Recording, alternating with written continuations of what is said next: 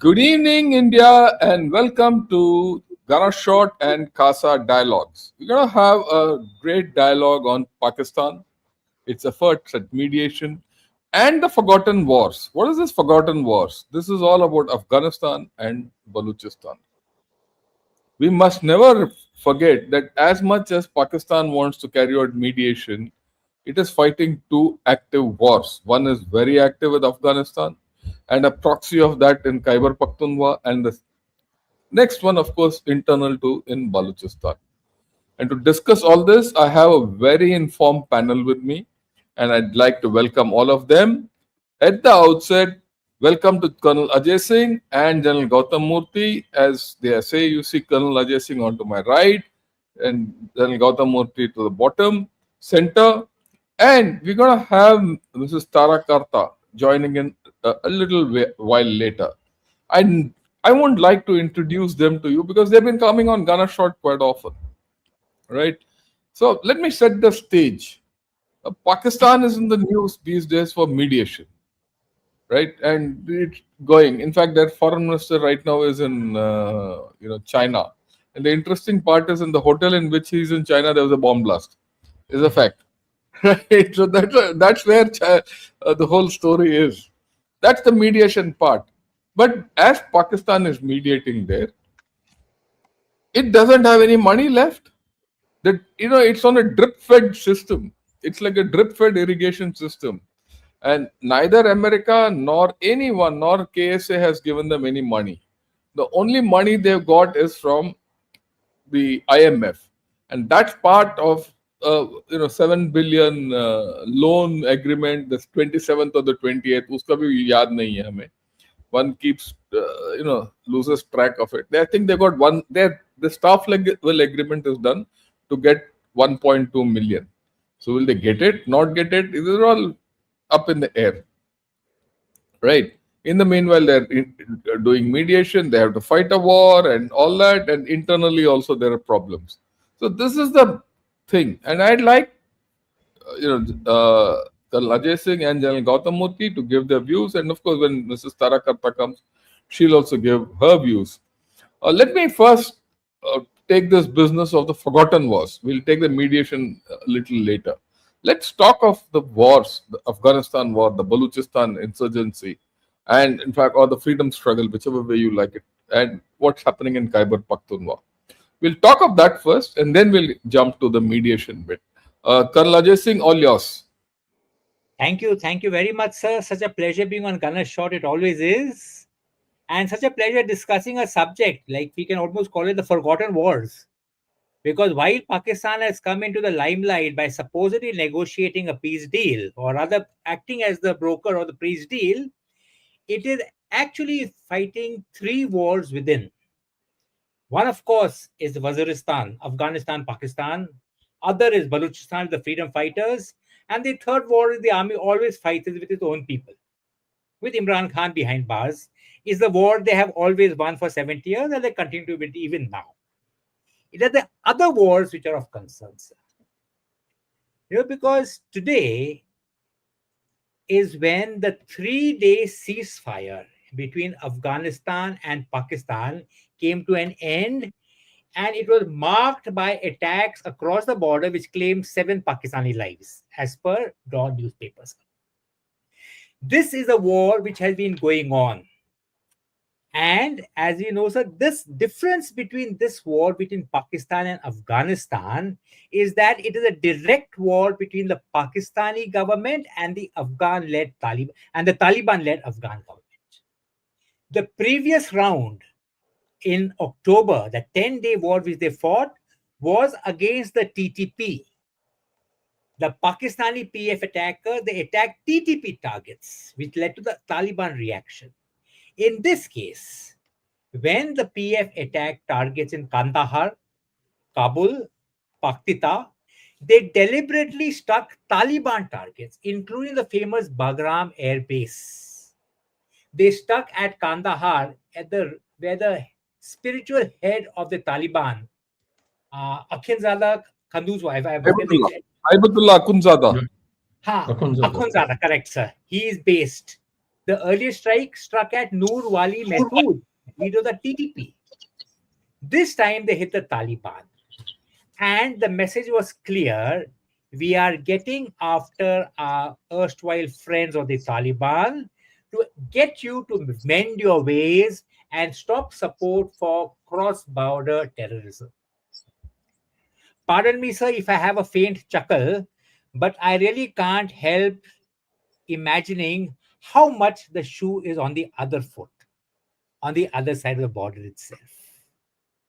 So, in this war which is ongoing, along with the freedom struggle in Baluchistan, one can very nicely predict the flow of events.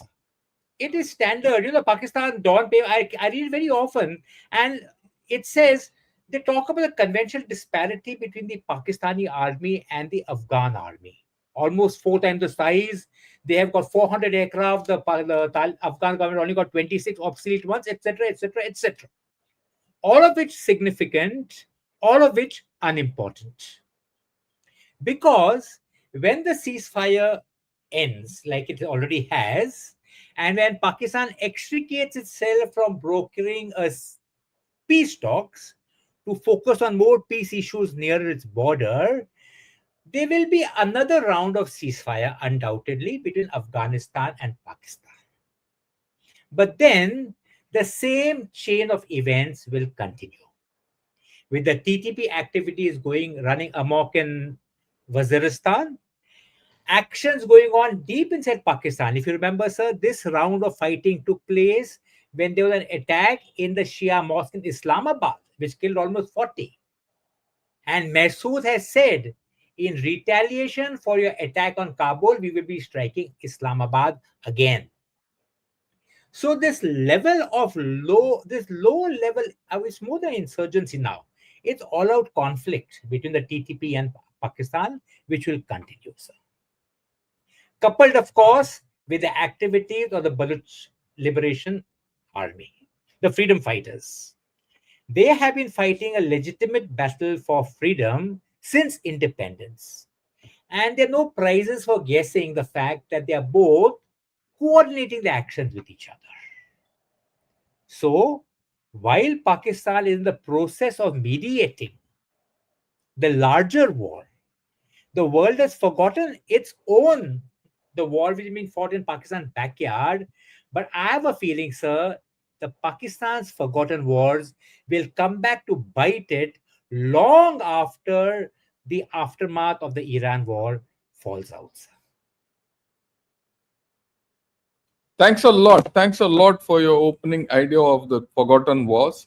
I'd now request General Gautham Moorthy, sir, if you could throw light on what do you feel about these forgotten wars?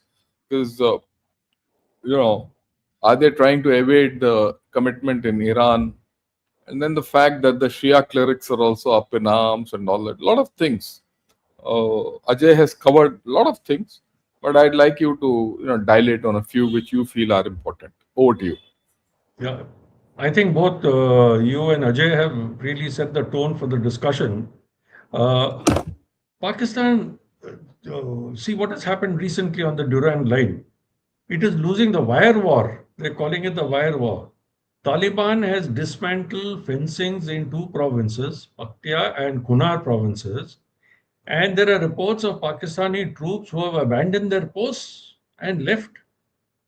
After all, for so many years, you've been feeding your troops on the notion that the Afghans are our brothers and we, have the same cause. And today, your troops are asking you, why are we fighting our brothers? They have actually abandoned some of their posts. Now, there is therefore a shift on the ground where the Taliban is actually removing the barriers. This has altered the control dynamics at the key border points. Afghanistan never recognized the Durand Line. Irrespective of which government was in Pakistan, irrespective of how close it may have been on the back burner, the issue. But today, with this dismantled fence, this dispute has sharpened again. In fact, this Tolo News of Afghanistan has mentioned sources say that Afghan forces are now holding positions along the stretch, while Pakistan troops have vacated. There is no official response from Pakistan on this. Now, therefore, there is a possibility of this standoff turning into a prolonged conflict if Pakistan continues a cross-border military action. Colonel Ajay has spoken very eloquently on what the cross-border military action was, so I'm not getting into it. But this suggests that the situation is no longer limited to a border dispute, but one that could reshape the complete stability of this region.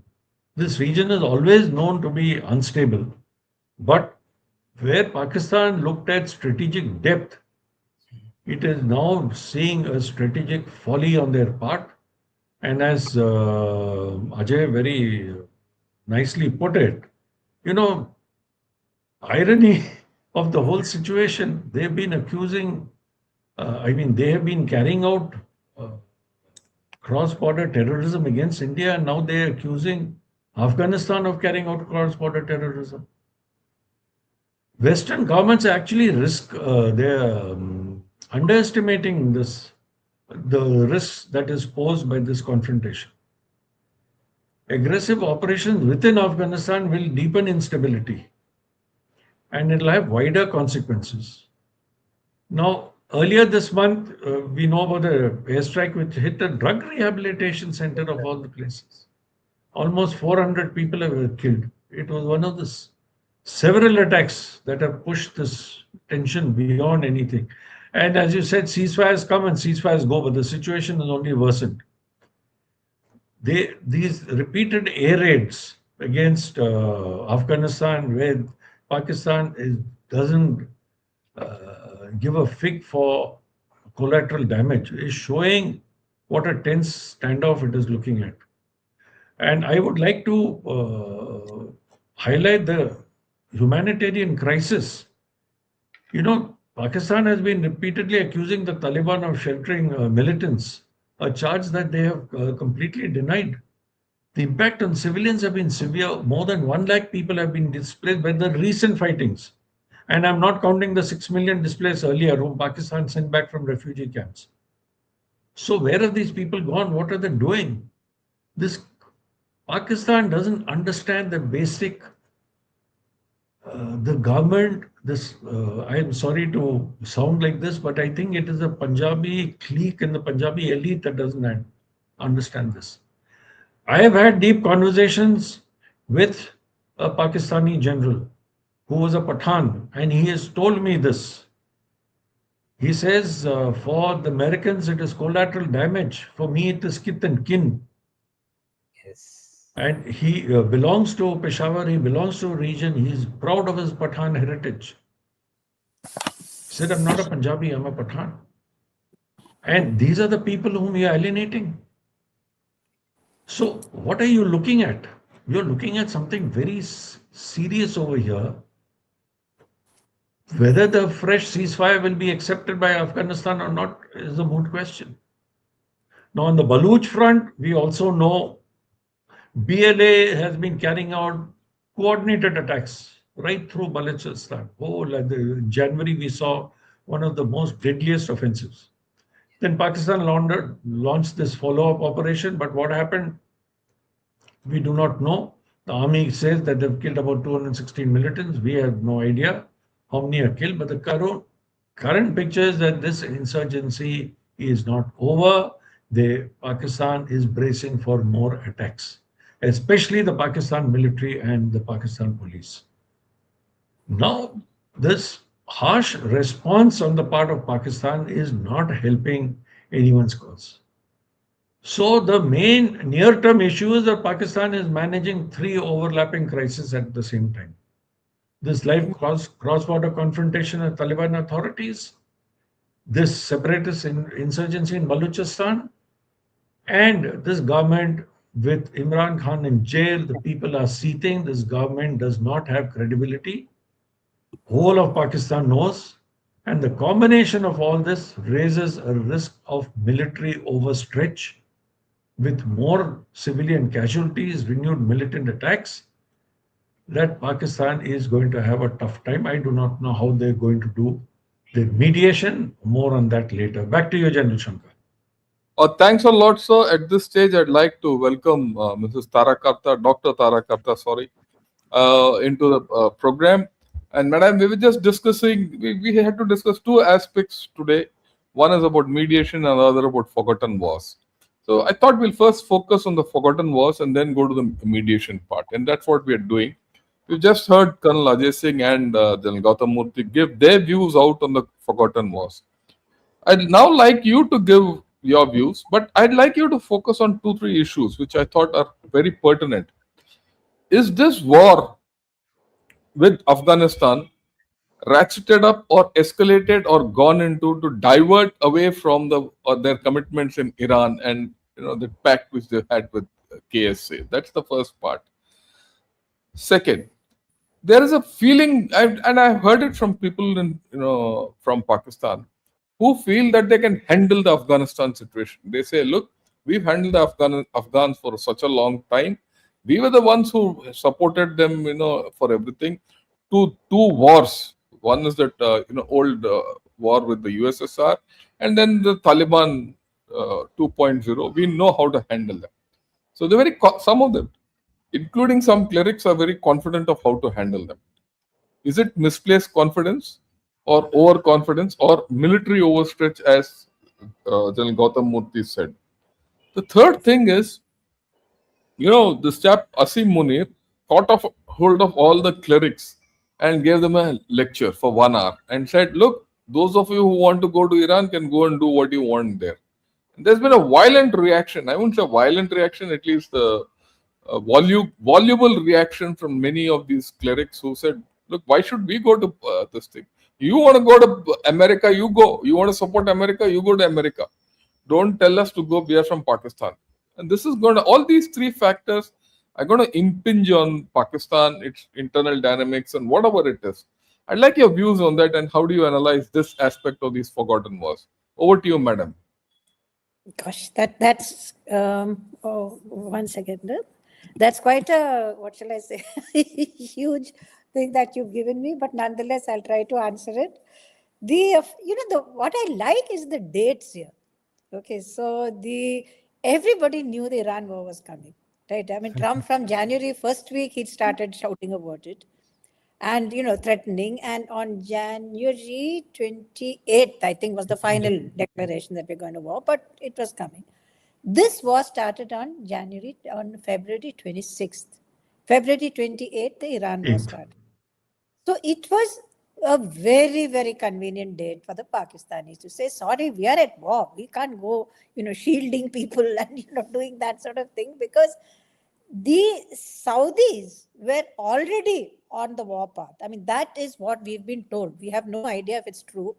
But apparently, from the Washington Post stories, it appears that Saudi Arabia was a key factor in pushing Trump also towards war. I have some doubts on that, but we do know Saudi Arabia can get along with Israel. It cannot get along with Iran. So there is a problem there. So they knew all this. So they started this war. Now, it's unfair to say that's the only reason. They were getting beaten. I mean, there were attacks across the Durand Line, it was terrible. I think it was they were talking of a 37% increase, if I got the figure right. So they would have done something. They'd done air attacks earlier, but this sudden scaling up, I think, was partly they knew they had to go at some point of time, might as well go now. Then you can slide out of the Saudi commitment. And they're still sliding out of the Saudi commitment. So I think we are fair to say that was one reason. Number two, are these guys confident? I don't know. I heard this one, Fazlur Rahman, saying just the opposite. Maulana Fazlur Rahman has been saying that, listen, if you carry on, this will be the end of you. So Fazlur Rahman knows his stuff. He knows that area very well. Jamaat-e-Islami is keeping very quiet. I don't hear anything from them. Okay, now and then you hear one peep from the Lashkar-e-Taiba, by the way, is very active. They are active opposite in the Nangarhar area. They are on the other side towards where these Barelvi leanings are there. Now, if you now look at that, whole Shia belt, we saw that Kuram operation, if you remember. That they have been operating in that area. They threw everybody out in the height of winter. That was well before this. So you've had several preparatory phases before the war actually began. So the prep involved also clearing up that Kuram area. Why Kuram area? Because what I have been told by some friends is that it is, you promised aid on a Kunar dam, on the Kunar river. This thrust is going towards that. Also, the Paktika area, as you know, is the closest towards Kabul. So there is a method to this operation, method to their madness, so to speak. There is a definite operational objective. If that dam is built, these guys had it. So that Khyber Pakhtunkhwa, further downstream, they are in very, very serious trouble. So I think this is partly a preemptive action. And finally, the fact that, I mean, if you look at the facts on the ground, you're sometimes wondering, how can you be so stupid? How can a counterterrorism activity be so stupid?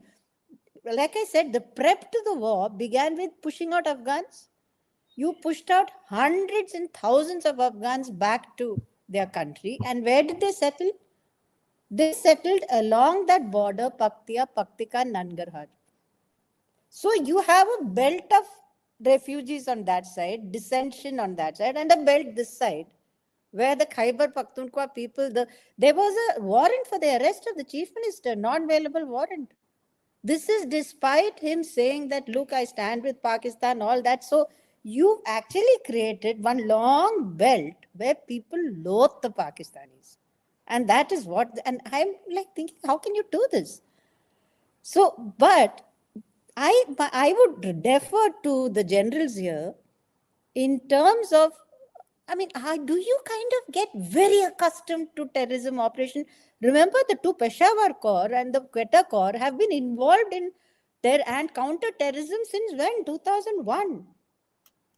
So, especially one of the two particular, these people which I noticed, these are also the corps which were earlier involved in a bunch of other shady activities, which involved, money being given, reimbursements from the US. All that money was going here. The corps commanders took a nice slice and they were all sitting happily, and then the counter-terrorism was started. Now, can you, as a general, I would like your opinion, can you engage in continuous counter-terrorism operations like this? It's amazing.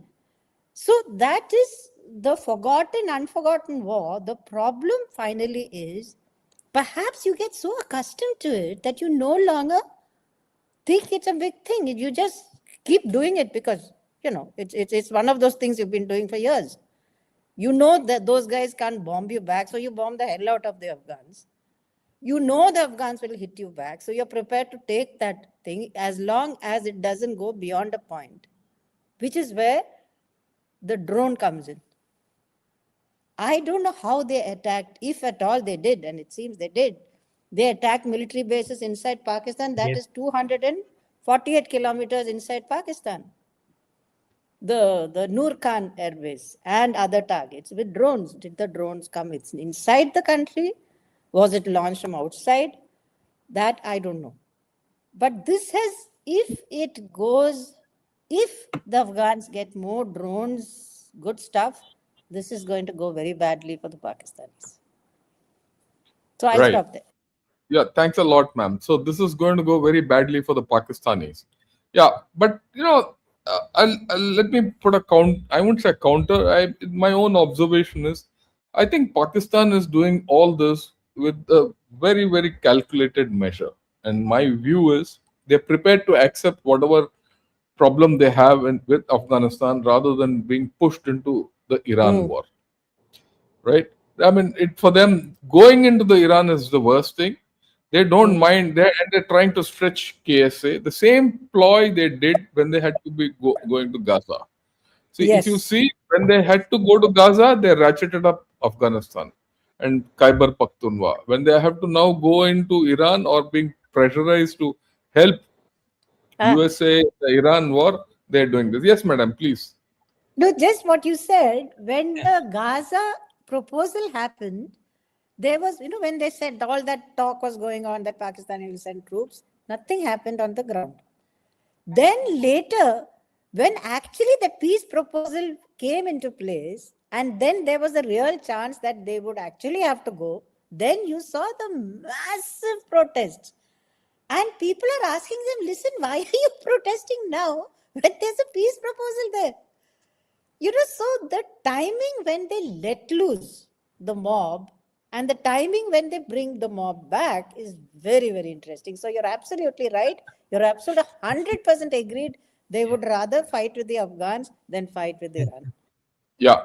So to that extent, we have to be very careful to think that all this action, this forgotten war, will actually harm Pakistan. It will harm Pakistan in the long run, but in the way the generals behave and think, I don't think so. For them, it's all about power play, and to remain in power, they have to do this. They have no choice, because if they get into Iran or into Gaza, then they'll have to face problems at home. All the Shia clerics will eat them up. It is not only Shia, even the common Pakistani will, So, yeah, yeah. eat them.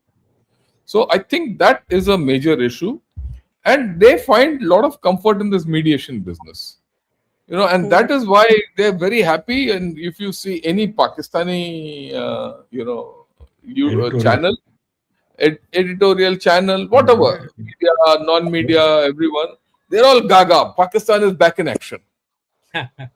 Yes. And they feel that they'll be whatever they have lost so far in this Iran war and all this, their gamble has paid off, uh, to prosecute the forgotten wars, and mediation will bring them back. And today, like I was just saying, Ishakdar has gone to China to meet with the Wang Yi. Well, there's a different story happening there that we'll talk later. So how do you see this whole business of mediation going? What their role will be? Will they be able to put it off, pull it off, and all that? And will they be able to sell this mediation to the people, so that, they don't get a backblast from Afghanistan or Baluchistan? So this is the larger context which we need to. I need your views on this. We'll start with Ajay. Ajay, all yours.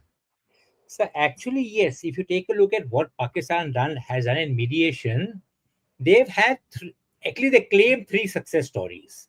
One is they got USA to start to talk with China in way back in 72, right? And they got a lot of brownie points for that. Then they got into talks with Afghanistan when the Mujahid were there, when the Taliban took over, and they got into talks with Afghanistan to facilitate the withdrawal of the Soviets. They got a lot of brownie points for that as well. They also participated in the mediation between the then Trump administration and the Taliban, which enabled the Taliban to come back into power in Kabul. These were the three attempts, of which the third was a complete disaster. The first could be a success, did get them brownie points. Even now, sir, there would have to be talks between Iran and USA. This war cannot go on indefinitely. And Pakistan will definitely get brownie points from that. But what will be the pound of flesh that will be extracted from them? They would be, remember, sir, Pakistan has got the world's third largest Shia community. And if they are seen to have sold out Iran, they would be facing a third front of resentment to add to Waziristan and Baluchistan. The other thing is, sir, if you take a look at what is this peace deal all about, it is for Iran, it is a virtual surrender. They said you will surrender all your nuclear assets, you will abjure missile facilities, you will stop arming your army, you will stop support to the other group whom you sponsor. Virtually everything required for a nation's security, Iran is asked to surrender. So, will Iran agree to these terms? And if it does not agree and the peace proposal breaks up, would Pakistan find itself in an even more embarrassing position than it is now? And the last aspect, sir, is the Saudi Arabia aspect. Saudi is the hidden player behind the scene, man, which you so correctly brought out, who instigated the US Israel actions against Iran, who is now getting Pakistan to join them. They have got a defense treaty, a so called defense treaty. Will Pakistan be coerced into joining them should things get bad and the Iran war spill out of control to involve Saudi as well? That is when they say, sir, everything will hit the ceiling. And if Pakistan is forced to say, take sides to honor their pact with Saudi, engage in even a symbolic action against Iran, the backlash within its own country may be tremendous. And then the generals would have bitten off far more than they can chew. Yeah, so the generals would have bitten off far more than they can chew. And most interestingly, you said, look, Pakistan by doing this mediation might find itself in an embarrassing position. But I don't know when Pakistan was ever embarrassed, because Pakistan there's no word called embarrassment at all. They'll just do what they have to do, and that's how it is. Right. Well, a question which I would like this, maybe you could also this thing. At doing all this, are we underestimating the Pakistanis? Because Pakistanis have always had the capability, like Mr. Trump, to pull out the Houdini Act. So we have to take that also into account. So with this, I'd request Lt Gautham Moorthy, sir, your views on this whole story, especially the mediation. Do you think mediation succeeding or not is a different story? What is it in for Pakistan, and where do you see Pakistan? What kind of a role they're playing in all that? Over to you, sir. Thank you. See, the biggest problem is credibility. Islamabad has presented itself as a mediator, but Iranian officials have publicly stated that Pakistan's forums are their own, and Iran has not participated. Also, if you look at if you look at all the belligerents, where is Israel in the picture? You want to mediate, you can't just mediate with the US and Saudi Arabia and Turkey and Egypt. Where is Israel? So there is, as I see, a huge mediation gap because Pakistan is relaying messages, and if this whole relay system, this channel itself is weak, and you're distancing yourself. You don't want to commit to Saudi Arabia, you don't want to commit to Iran, you're distancing yourself. Where is your credibility? Pakistan is trying to sell itself to both sides. Today, they have excellent relations with US because of Mr. Donald Trump, the president. He has built up Asim Munir, and give him the credit. He has built up a very favorable rapport with President Donald Trump.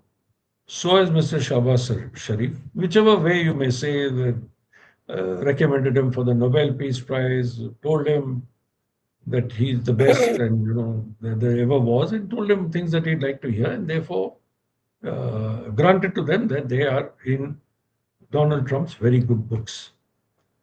But the problem is just not perception. What are the interests of Saudi Arabia? What is Turkey's interests? What are UAE's interests? The other regional actors, they do not align with Iran's interests. Saudi Arabia and UAE, we must remember, were at loggerheads before, at the start of the war. So diplomacy is moving much more slowly than kinetic action on the battlefield.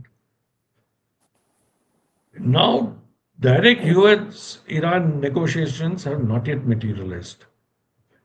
Iran is rejecting what it calls excessive, unreasonable demands. Now, when both sides are using such heavy military pressure, where is this space for compromise? Where is the nature of compromise? Have all the belligerents strategically exhausted themselves today? The answer is no. Escalation is happening day by day. Today, just before coming on, I was hearing President Trump speak about, penetrating the granite mountain. I've yet to follow it up. But all this is happening while in Pakistan, we have already done in part one of our discussion, there is huge polarization. That complete border belt, starting from Khyber Pakhtunkhwa down to Baluchistan, is in ferment. And God forbid Pakistanis play a wrong card, they will have Iran as their enemy. Let us not forget they exchanged missiles sometime last year. So Iran has no love lost for Islamabad. And if Islamabad is seen tilting towards any kind of military action against Iran or towards Saudi backed positions and they're not considered an honest broker, they will be held to pay. Pakistan has economic stake in the crisis, so does India. Iran agreed to let extra, vessels of Pakistan pass through. But the core takeaway is that the mediation effort of Pakistan is constrained by its legitimacy, doubts about its neutrality.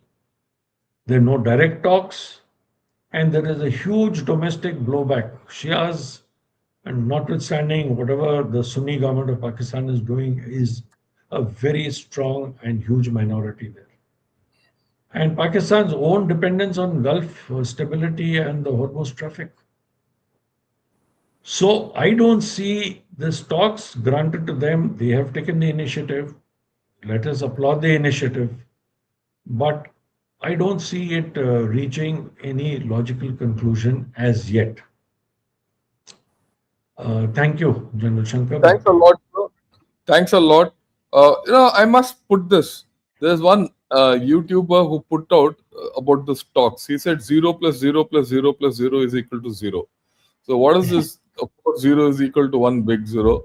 This was the foreign minister's talks which happened in Islamabad yesterday of the Egyptian and the Saudi and Turkey. Turkey and Ishaq Dar, right? So he says all this put together is equal to 0. This is a view within Pakistan. Of course, this YouTuber is more of a Imran Khan supporter, but that's the view, right? And I generally agree with what he has said. I mean, apart from his political orientation, you look at it from a different point of view. But having said this, do you think Pakistan will stand to benefit at the end of the day? So they must be having confidence that look, mediation is the only way out. Or in fact, if they don't mediate, they're anyway out of the equation. They're in an adverse situation.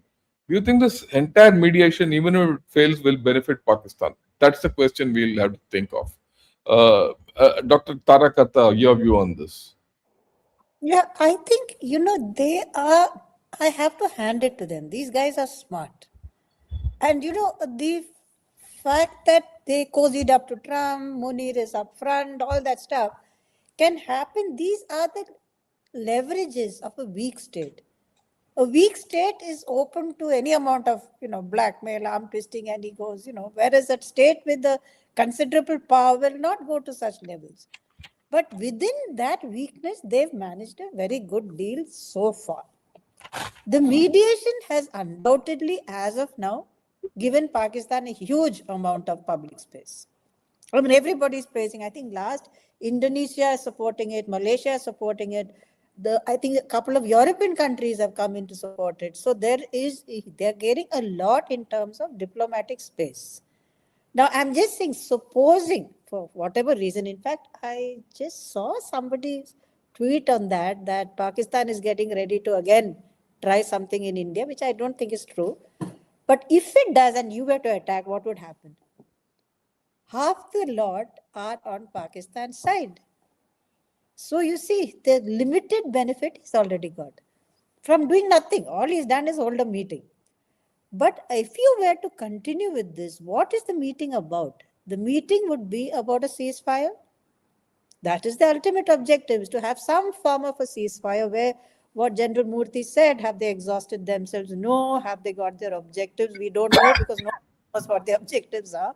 But assuming that a ceasefire of some sort is the objective, with China supposed to pressure Iran.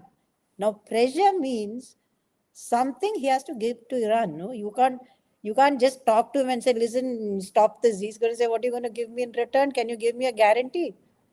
Will China give a guarantee? It won't. It will never give a guarantee. So, supposing there's a ceasefire, then there is talk of that. Where will it go? It will go to the UN. In the UN, it will go to the Security Council.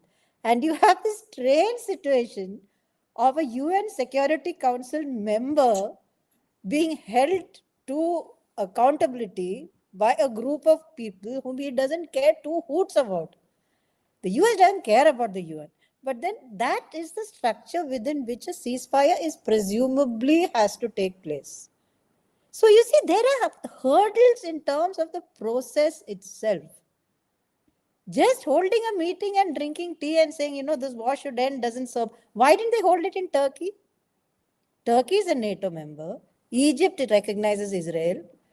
There's Turkey is a neighbor. Why Pakistan?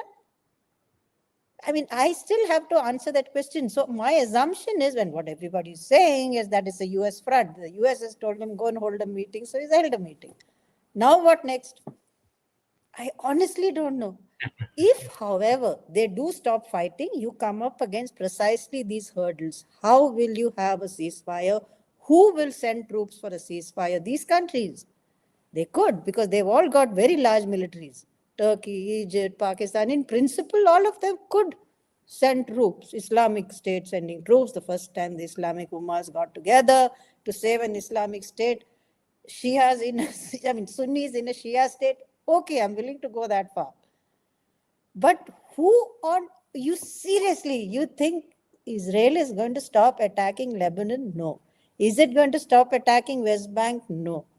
In which case, the Hezbollah and the Houthis who have just stepped in will not stop. So this war, there are two wars. There's the Israel-Hezbollah war, and then there's the Iran-US war. The Iran-US war may still stop, but I don't think the Israeli war elsewhere is going to stop, and both are linked. So there's a lot of problems ahead. If Iran perceives that Pakistan is double dealing, then Pakistan is going to have a very hard time. I'll stop there, because the rest is speculation. But these are the parameters for a process. I just thought we will outline that. Yeah, I think that's a fair one. Yeah, please, go ahead. Ma'am, I totally agree what you're saying. But the one way I look about these talks is a ceasefire will come about. Next week, 2 weeks, a month, but it will come about. Definitely, the shooting will stop. The problem will not, but the shooting will stop. And Pakistan will get the brownie points for that. That I think we have to grant it. Someone has to police that ceasefire. Someone has to be on ground to say, okay, is the ceasefire holding? If not, who cheated? That is a ceasefire. It is something like Gaza. There was a ceasefire in place. The ceasefire has been broken repeatedly by Israel. Repeatedly, after that. But the ceasefire is supposedly in place. So we're talking in terms of brokering that ceasefire, that brownie points Pakistan will get, and like which is so well bought out, they would leverage it to the effect subsequently. It will not solve the problem, yes. May I just interject to say one thing on what Dr. Tara Kartha said? For ceasefire to take place, you don't need troops on the ground today, because the war that is taking place is a missile war. There are no land forces meeting each other. That's a good point. So if the missiles just stop firing, there is a ceasefire in place from both sides. So that's a simple point that I would like to make. Yeah. Sorry. Yeah, please, madam. No, I think that's a very good point, actually. But the thing is, if you see Iran, why I said a ceasefire, I'll tell you why. Iran wants security guarantees, and you can't blame them. True. How will you give them security guarantees unless there are troops on the ground? That is the problem. So if you say, listen, you stop firing, and everybody stops. 2 days later, Israel fires straight into Tehran. I mean, where's the, no Iranian politician with his own neck on the line is going to agree to an agreement which doesn't have a solid security guarantee. Yeah. Right. So, well, the seduction of the ceasefire and mediation between Iran and Israel, is drawing us in. Our focus is Pakistan. So let me get back to Pakistan. Yeah. And then I'll request a final recap of or your final points, and then I'll take questions. You see, what we see is, in this business of mediation, ceasefire, and their forgotten wars, how do I put it? The ceasefire is the first step in this process between Iran and USA. The second is mediation to a deal. So the mediation has two aspects to it. How can you get some kind of a ceasefire and then get to a deal? So that is what Pakistan is supposed to do, which it can't do. We all know that, right? But in the process, it will get international recognition. It places itself as a important player and is happy with the whole thing. And to ensure it doesn't have any further commitment, it will continue to prosecute this war with Afghanistan. On that, we are very clear about it. Of course, it is my opinion that all this is not going to come without free of cost to Pakistan, because, like I said in the beginning, no one is giving Pakistan one naya paisa so far. Neither the Saudis nor the UAE, and in fact, UAE wants the money back, and nor will USA give. Trump is too smart to give Pakistan any money. So far, that's the evidence, right, from Op Sindoor to now. At best, he'll be kept on a drip feed, right? He'll be kept on a drip feed. At the same time, whatever the outcome of the mediation, the fact that Mr. Asim Munir has, said what he had to say, and he's gone, and something will happen during this mediation process also. There's going to be an internal situation in Pakistan, and that internal situation is going to, I wouldn't say boil over, but it's going to heat up a little more. So I'll put it this way: where do you see Pakistan? As and when this thing ends, or maybe 3-4 months down the line, and how do you see this thing? That is what I would like you to recap, or rather sum up, and then we'll take a few questions. Ajay, your take. Sir, diplomatically, yes, Pakistan has played its cards well by even starting the process of brokering the peace talks, irrespective of the conclusion, and they will go back with brownie points for that. But the problems which they have within are so deep rooted that will not be resolved. And ma'am, you brought up something very, very pertinent when you said, now, are the generals really comfortable with the idea of fighting a low intensity war and let it continue? Yes, it was something that didn't strike me, but Pakistan actually comfortable with fighting a 70-year-long insurgency in Baluchistan. They obviously feel it's got ups and downs. Now it's a process when the freedom struggle gone so much, they're actually being threatening to cut off the CPEC. But perhaps they feel with a greater show of force, they can handle it. They also perhaps feel that, like they did with Zarb-e-Azab in 2014, when they curbed the TTP, they can perhaps curb the TTP in Waziristan in this operation as well. I think they call it Ghazal-el-Haq, righteous fury. Yes, maybe it's a throwback of epic fury. Maybe that's what they feel. The thing is, even if they engage in this, sir, it is a plus for us. Having the Pakistani army engage all along its western flank preoccupies them and prevents them from causing mischief on our flank. The flow of events in Pakistan will not change. Diplomatically, if they're stronger, unfortunately, it'll strengthen the hands to provoke some more mischief in India as well and try their hand at it. History shows that they've always been doing it. But having them engage without shedding any crocodile tears whatsoever, having them interminably engaged 2 or 3 corps in the western flank, a good state of affairs for us. And of course, Thanks. the economic and political woes adds to the problem. Gautham Moorthy, sir, your views on this?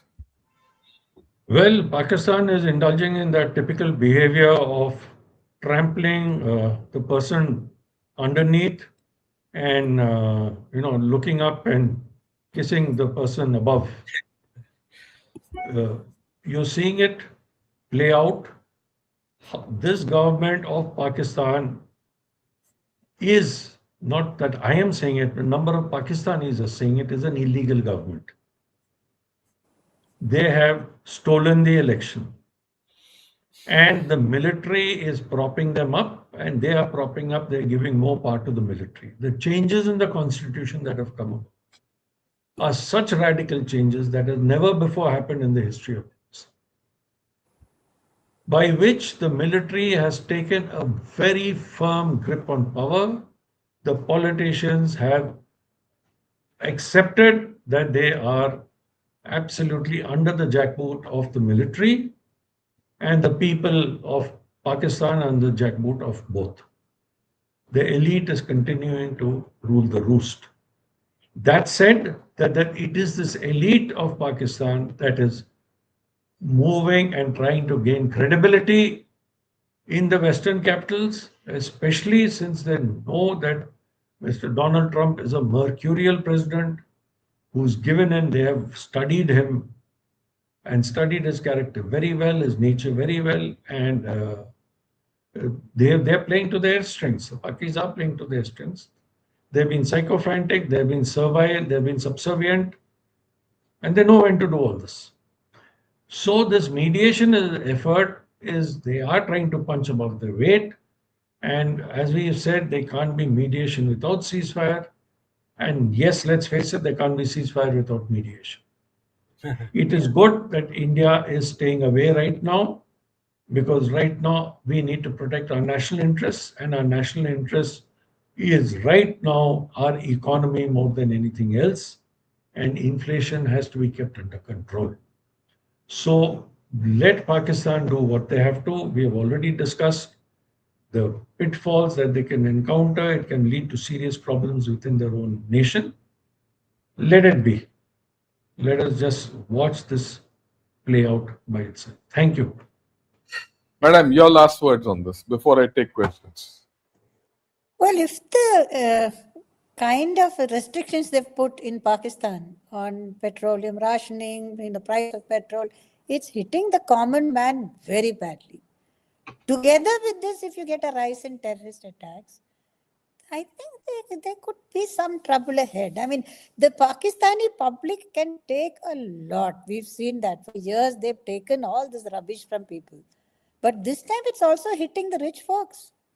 So these pictures of, Foreign Minister Dhar striding across with all these people with him, and, it gives a certain legitimacy to the present state. So it in some way it also benefits them internally. That's one.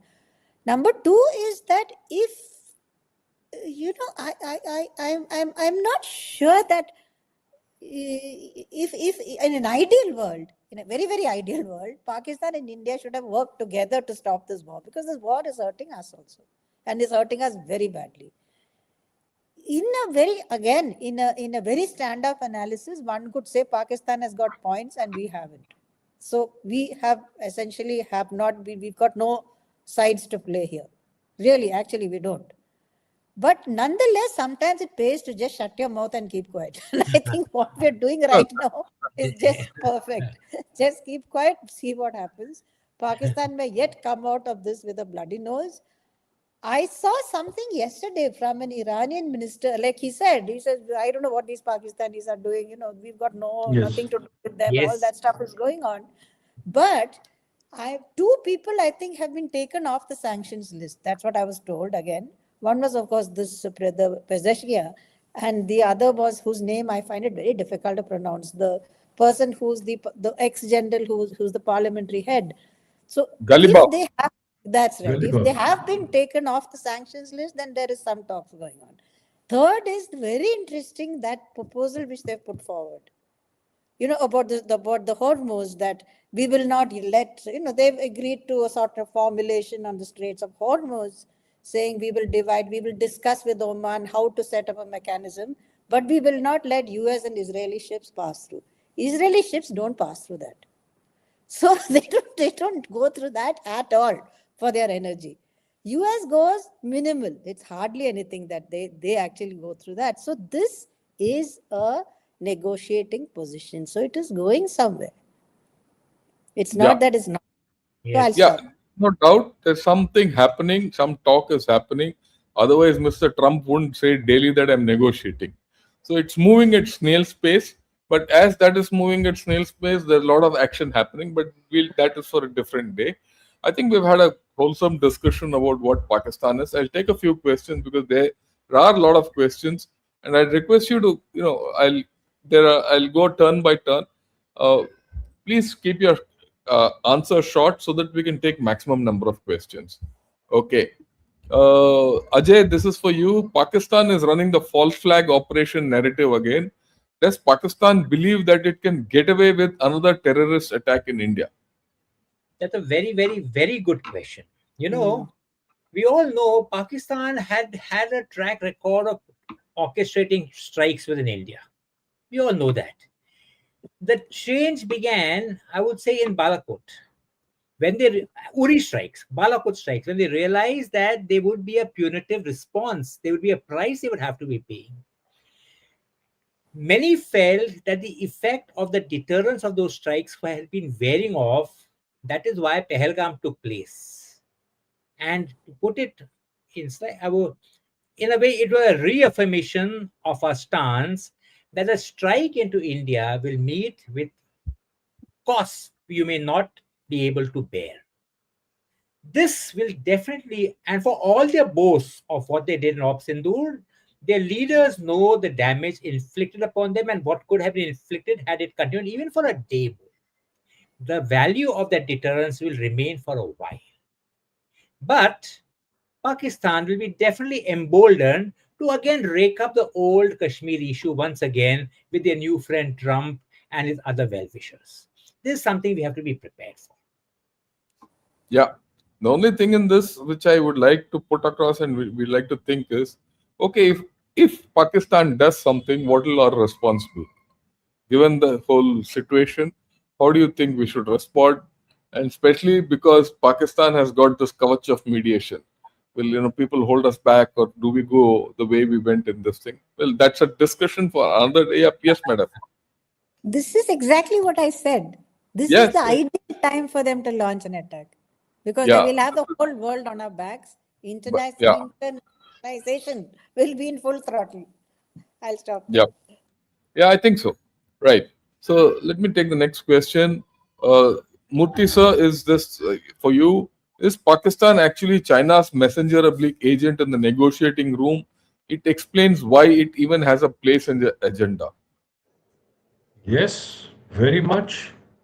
Pakistan has been running with the hare and hunting with the hounds in the diplomatic sphere domain as well, not only in the domain of terrorism, but in the diplomatic domain, right? Colonel Ajay Singh brought out from 1962 when they patched up.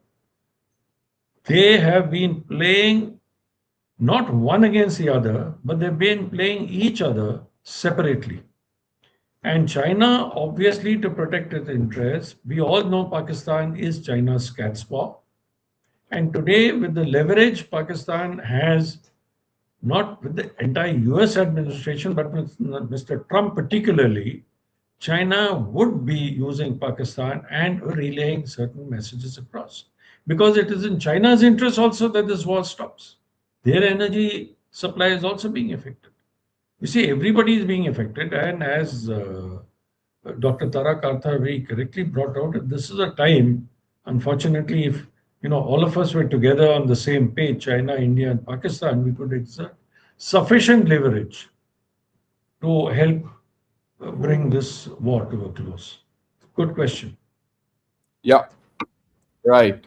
The third question, madam, for you. The drubbing the Pakistanis received during and after Op Sindoor disqualifies them from being a negotiator, let alone a mediator. Are the Americans confused or have they lost their marbles again? Yeah. No, I think in this case, the Pakistanis have been able to dominate that narrative, as you know, that they won the war, etc., etc., with also the reality that when a small state can inflict some harm on the other state, for them it's a victory. If he takes down even one aircraft, it's a victory.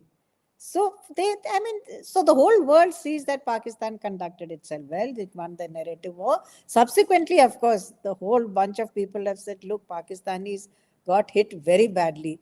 Have Trump lost his marbles? You have to see yesterday's video where he's dancing with a sword. Oh my God. His troops are going out to fight the war. I think there's no question of even, there's no, I don't know what he's doing. Honestly, this is a crazy guy. Why does he love the Pakistanis so much? By the way, one small story.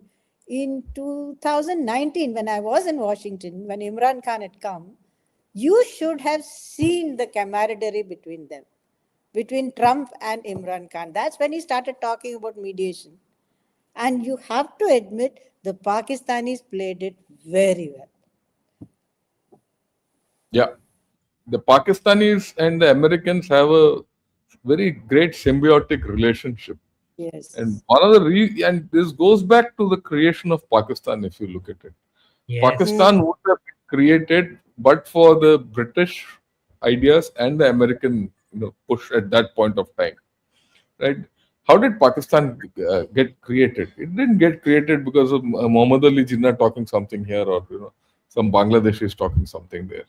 Fundamentally, the wedge between the Soviet bear and the Indian socialism shaking hands. That's the fundamental thing. And protection of oil, oil yeah. interest, Yes. protection of oil interest. By then, they were already planning, Iran oil. Iran was the prize to be protected. So there are a lot of things. So we should never, as a country, we should never count out this bonhomie between Pakistan and America at a very subterranean level, which will always go on. It's an undercurrent which you cannot take it away. Okay. Akash says the Middle East has basically outsourced their security while all pay obeisance to America. Some have employed Pakistan in the tactical space, militarily unsustainable. Your views? Yeah, Ajay, your view. When you talk about the Middle East outsourcing their security, yes, all US allies, and by that I mean largely Saudi Arabia, has outsourced, and UAE has outsourced the security to the USA. The Saudis especially, because it helps keep the MBS regime going out there. And unfortunately, by doing so, it ensures that the USA remains the predominant power in the Middle East. Remember, there are three poles of power, rather they were Israel, Saudi, and Iran. Israel and Saudi are so firmly in the US camp.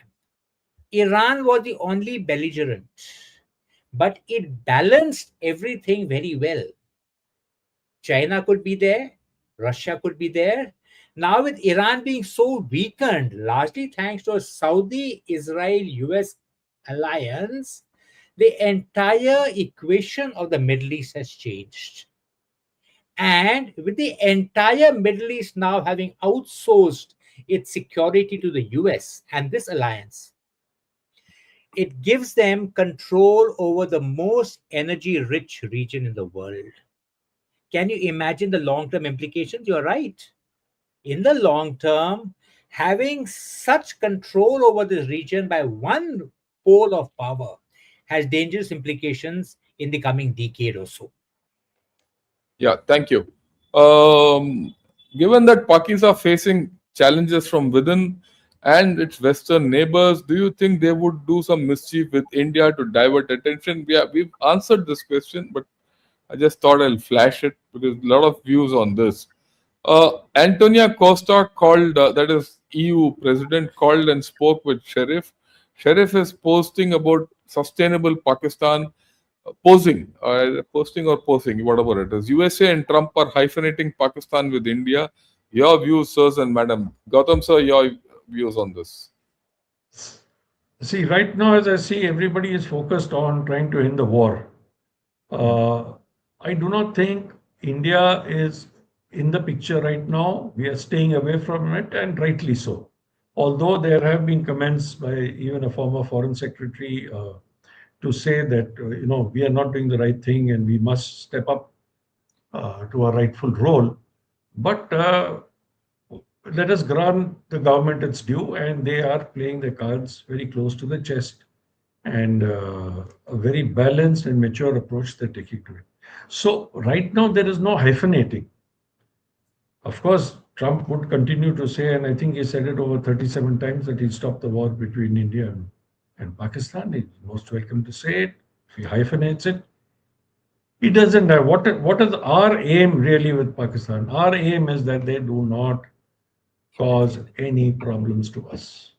That is our aim. It's simple as that. We are not an irredentive state, although fine, a a parliament resolution may have been passed, but we are doing nothing about retaking POK, though you find on social media people talking about it. We are quite content being a status quo power. We want to build our economy. We want to help our people. So whether someone wants to hyphenate or dehyphenate, it doesn't matter to us right now. What matters to us is the price of oil should remain low and there should be no shortages. Back to you. Yeah. Nice. Thank you, sir. Next question. It appears Field Marshal is playing with 4 parties with commitments and counter commitments: US, Saudi Arabia, China, Turkey plus Egypt combo. So yeah, he's a juggler. He's a master juggler. Any views about this, madam? And not really. Turkey is, of course, beginning to play a very big role in Pakistan and in Bangladesh, just as a side issue. But I mean, it's a very unnatural. I mean, as a mediation group, who in this combo will Iran trust? I don't think they trust any That's of a them. question. So I just stop there. I mean, it's a That very is the point. strange group. Yes. Yeah, we'll come to that. There's a question on that also. I think it angles for Pakistan-Iran pipeline. Can they get it? If yes, will it impact their energy security? If they can do it, can they use it for geo-economic place? Ajay, you think Pakistan will get? I mean, let me put it this way: will Pakistan benefit by getting a pipeline from Iran at all, or will it happen? Do you see that happening? Sir, the Iran, Pakistan, India pipeline, had the gas pipeline, had they allowed it to go through, the revenues which Pakistan would have got would have alleviated the economic problems completely just by allowing it to pass through. They have not done it. And if they do get a gas pipeline going to them, of course it'll help them. But the answer to that is only in one word, sir: if. Yeah, if. Okay. So we'll leave it at that. Okay, there's a question, madam. It's coming back to you. If a negotiation is reached, which country will Pakistan betray? The point you said. If Iran, will Shahid drone be given to Taliban?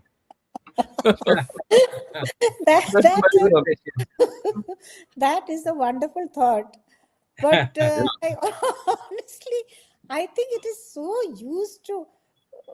I honestly don't know how they can be loyal to US and China at the same time. I mean, how can it be done? I'm assuming that China and US both want the war to stop, but that's a huge assumption because honestly speaking, everybody's telling me, oh, the US is desperate for the war to stop. I don't see that desperation. I don't see it at all. So that is another question altogether. But yeah, if they would rather betray someone, they would rather betray the Chinese. And they've done it before. Yeah. So I'll stop there. Okay. Just one point, may I just add? I'm just coming across this, that China and Pakistan have published a joint charter for the end of the war with Iran today, calling, among other things, for the protection of non-military targets and securing the free navigation of the Straits of Hormuz. Yeah, they've come out with a 5-point plan, I think.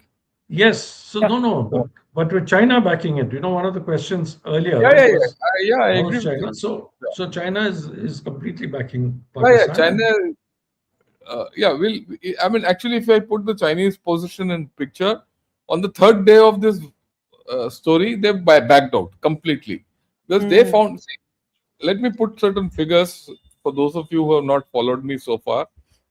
The Chinese trade with Iran is $34 billion annually, oil, everything included.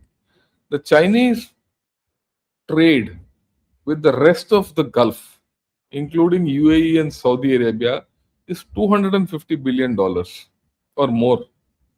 And then they have equal dependence on Iran for oil as much as the other countries.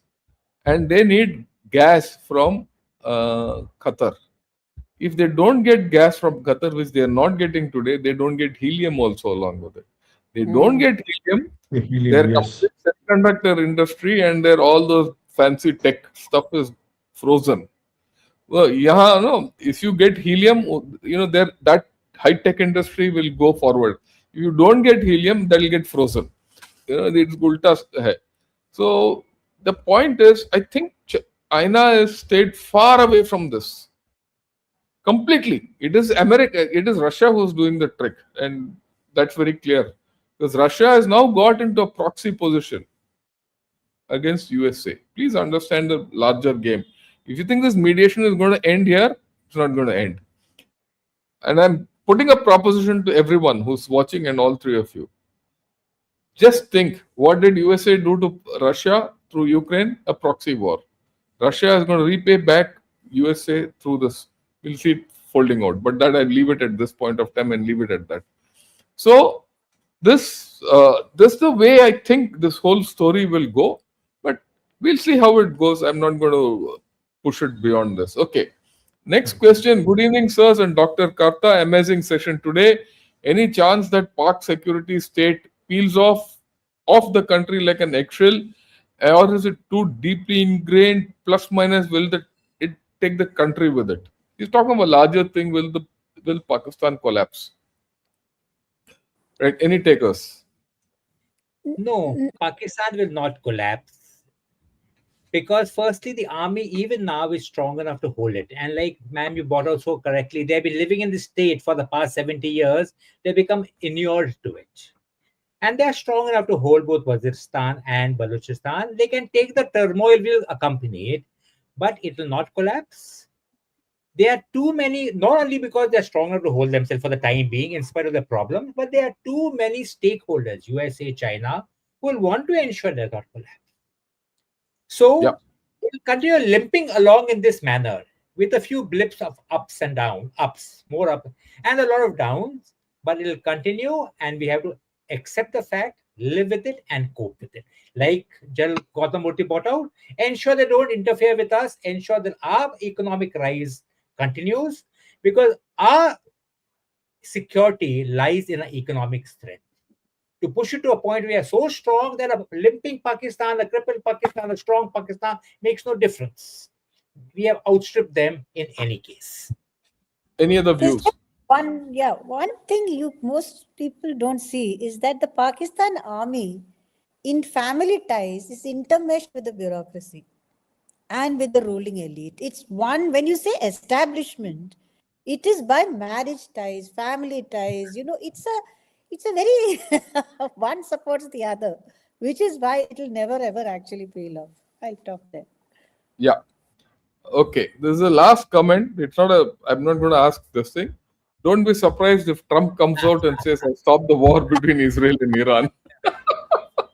A very nice one, Hanif. Thanks a lot for this comment. I thought we had a terrific discussion, a lot of interesting questions and short and crisp.